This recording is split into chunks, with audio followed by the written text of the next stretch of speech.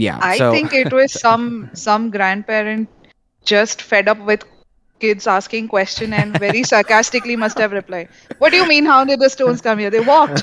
They walked and they came well, here, so and it took it."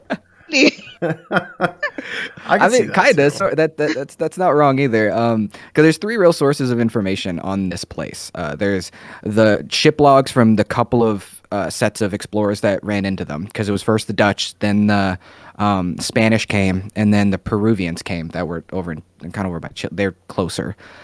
And each time they visited them, the island changed drastically. So there's their version of what happened. And like we talked about recently with that interview, history is written by the victors, right? So they were able to frame that in their worldview of what these people were. And you got to remember, we're in 1700 all the way. This story takes us from about 1722 to about 1860.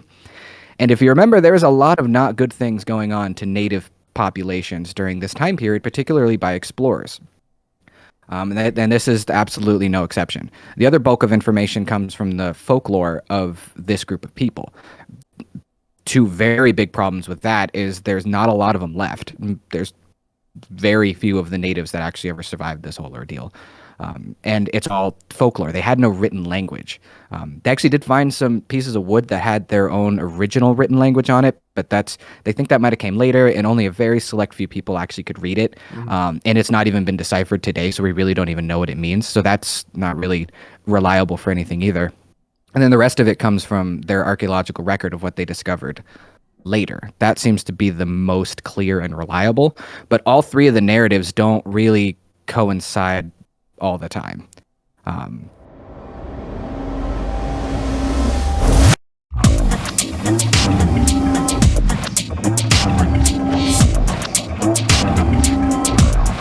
That is something weird.